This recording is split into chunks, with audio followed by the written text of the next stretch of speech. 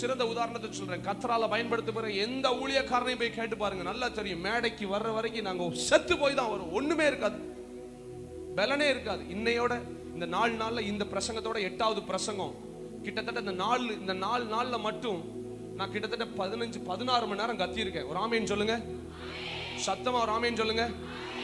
16 மணி நேரம் கத்துனா உடம்பு என்னதுக்கு ஆகும் தெரியுமா? 4 நாள்ல இப்ப திருப்பி கீழே ரூமுக்கு போனோம்னா அப்படியே போய் படுத்துருவேன்.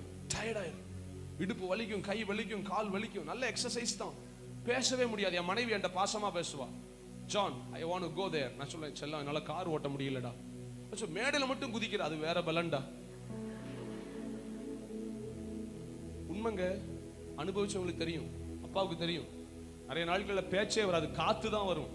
ஆனா மேல ஏறணும்னு ஒரு பிரசன்னம் இறங்கும் பாருங்க, ஒரு வல்லமை இறங்கும் பாருங்க. கை கீழே போடுங்க.